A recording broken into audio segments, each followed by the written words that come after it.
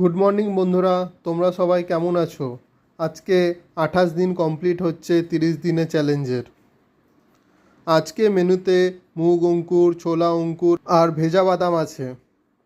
আজকে ভেজা বাদামের উপকারিতা নিয়ে কথা বলবো। ব্লাড সুগার কন্ট্রোল করতে সাহায্য করে, হরমোনস ব্যালেন্স করতে সাহায্য করে, কোলেস্টেরল লেভেল কমাতে সাহায্য করে, ফ্যাট কমাতে সাহায্য করে, হেয়ার গ্রোথে হেল্প করে। তোমাদের আমার ভিডিও দেখতে কেমন লাগে সেটা কমেন্টে জানাও। ভালো লেগে থাকলে লাইক করো, ফলো করো। Thank you.